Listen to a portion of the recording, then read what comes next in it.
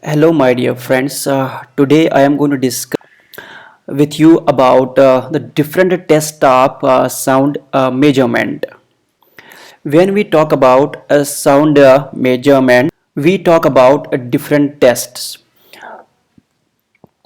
When we talk about this sound measurement, we say a measurement is sound only when that measurement meets the test of validity. The first one is here, test of validity. First one is the test of validity, then the second one is test of reliability,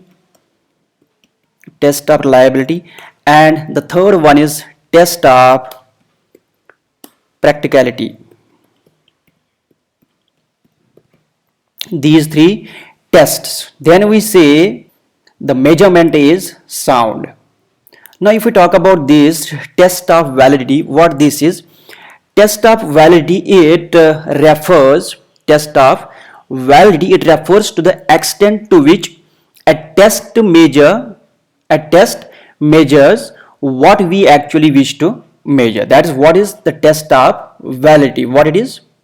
So this test of validity, we say, what we say, the test measures what actually we are,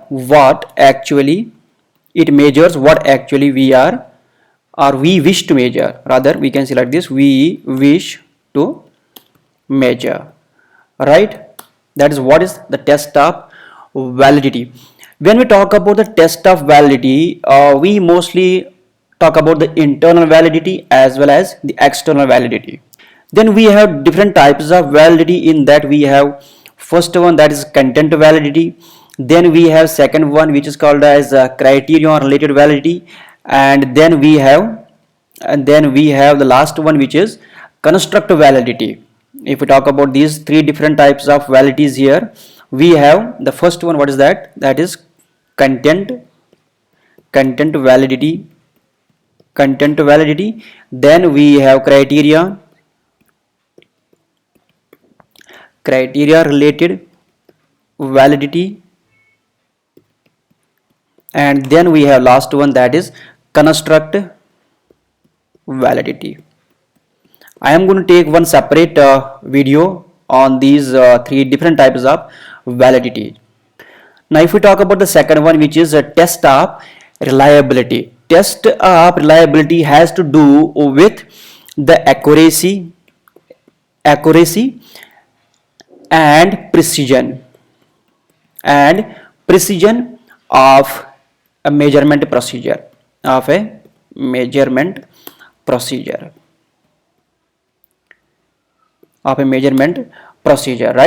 And then we have the last one, which is test of practicality. Here this test of practicality is mostly concerned about the convenience. It is mostly concerned about the convenience, economy and interpretability of the test measurement that we are using. Right now I am going to discuss with the test of reliability today. What is this test of reliability, how do we measure it, and how can we calculate the Cronbach alpha, which is actually a measure of reliability. And I am going to use SPSS and will show you how are we going to measure the Cronbach alpha. Fine. Now see here, when we talk about the test of reliability, if we are using any measurement, like measurement instrument, we are using any measuring instrument, we say that instrument is reliable if that instrument provides us the consistent results. It provides us the consistent results. That is, what is the reliability of that measuring instrument? Consistency here means the result should not change, they should remain consistent. But one thing we should remember here, if the instrument is reliable, that means reliable instrument, or you can say reliable measuring instrument, it does not contribute to validity, because validity is different and reliability is different. And hence we say a reliable instrument need not to be a valid instrument. For example, if we are using any measuring instrument to measure the weight of a person, and we know the weight of that person is, say for example, 50 kg. It is how much? It is 50 kgs. But when we are using some measuring instrument, and that measuring instrument, it is overweighing that weight by 10 kg, actually is 50 kg, but it is showing 60 kg, that is 10 kg more than what actually is the weight of that person. When we are consistently, repeatedly, we are getting the same results, that is, first time we tried, we got weight 10 kgs more than what is the actual weight. Actual weight is 50, we are getting 60. Again we tried to measure using the same instrument, again we are getting it 60 kgs instead of 50 kgs. Here we say the measuring tool, the measuring instrument that we are using here is, it is reliable, but it is not giving us the valid measure of the weight. The valid measure of the weight is how much? It is 50 kg, but it is giving us consistently 60 kg. We say this scale or this measurement tool or instrument is, it is reliable. And one more thing is here, we cannot always say this also, okay, a valid instrument is always reliable. Not necessary. Valid instrument, it cannot always be reliable, right? Reliable is not as valuable as validity. But when we talk about the validity, it is very difficult to find the validity of the data, the validity of the scale instrument, the validity of the measuring instrument, but it is very easy to find the reliability of that scale or instrument. So if we want to measure this test of reliability, we are using Cronbach alpha. We are using Cronbach alpha for this. It measures the internal consistency. This Cronbach alpha, what it measures? It measures the internal consistency. Or you can say it measures the reliability, in short. That's what you can say, it measures the reliability. And when do we use this test of reliability or the Cronbach alpha? When we have multiple Likert questions in our survey or in our questionnaire, right? Now we have different questions in our questionnaire. We are using this Cronbach alpha for measuring the reliability, and all should measure the same intent. If we have some questions there, all should measure the same latent variable. They should measure the same latent variable. For example, if we are talking about the feeling of satisfaction, so all the questions which are there, they should all measure the satisfaction only. They should not measure something different. Customer satisfaction, employee satisfaction, right? Or brand awareness. You can take any of the construct for this sake and try to measure it. Now here, as I said, we are taking mostly the Likert scale questions, right? When we talk about this Likert scale, it is a reflective scale.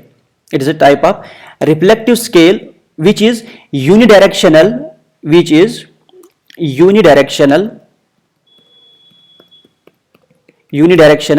and unidimensional.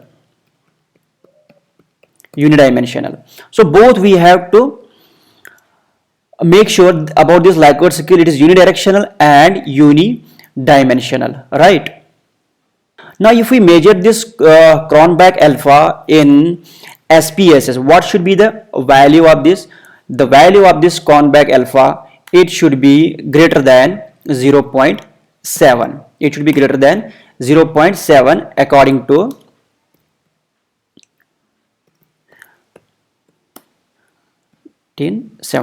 This is the only reference available that we have here for what? for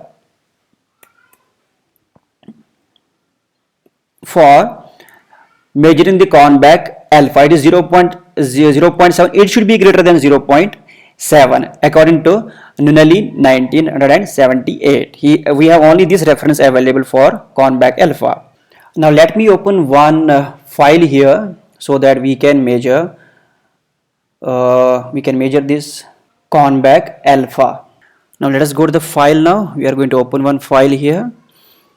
Okay, where is the file? It is somewhere here, and we are going to take the sample files here, and we are going to take this file here.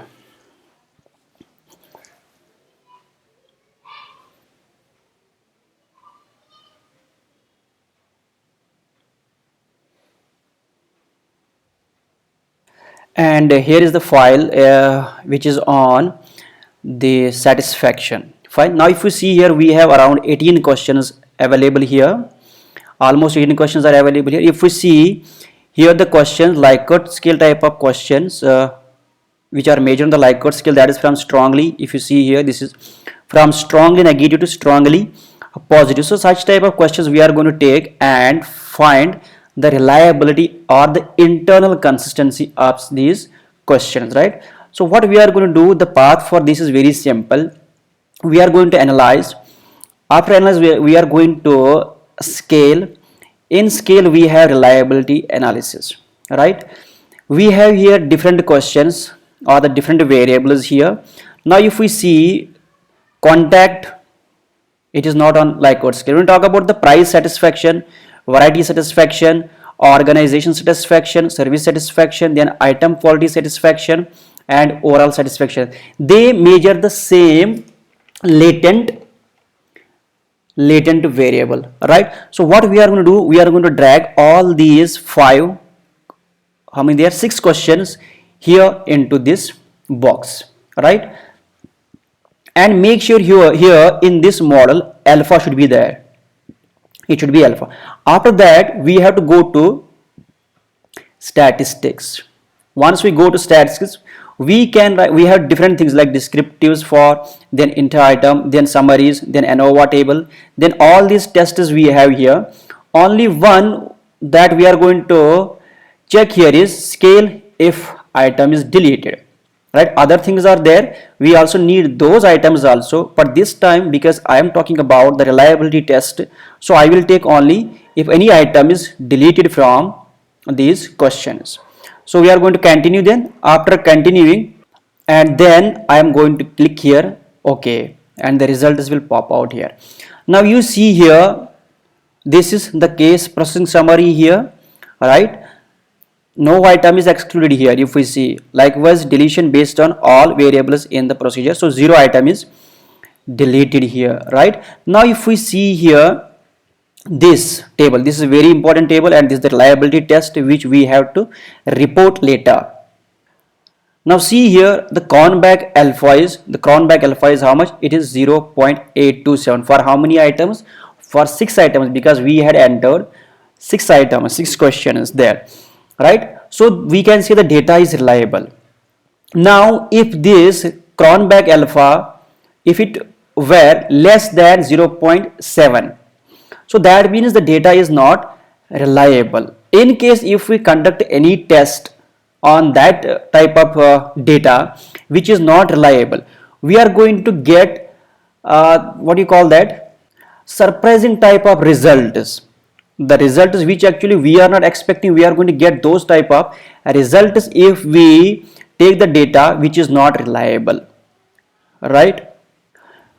So we have to check this reliability of the data before we go for any kind of analysis. Now you see here item 12 statistics. Here we have here Cronbach's alpha if item deleted. Now if you see here price satisfaction, it is 0.77. So if we delete this item, this Cronbach alpha will come down to 0.771. Again, if we are deleting this variety satisfaction, it will again come down, and we are going to get what result here, 0.777.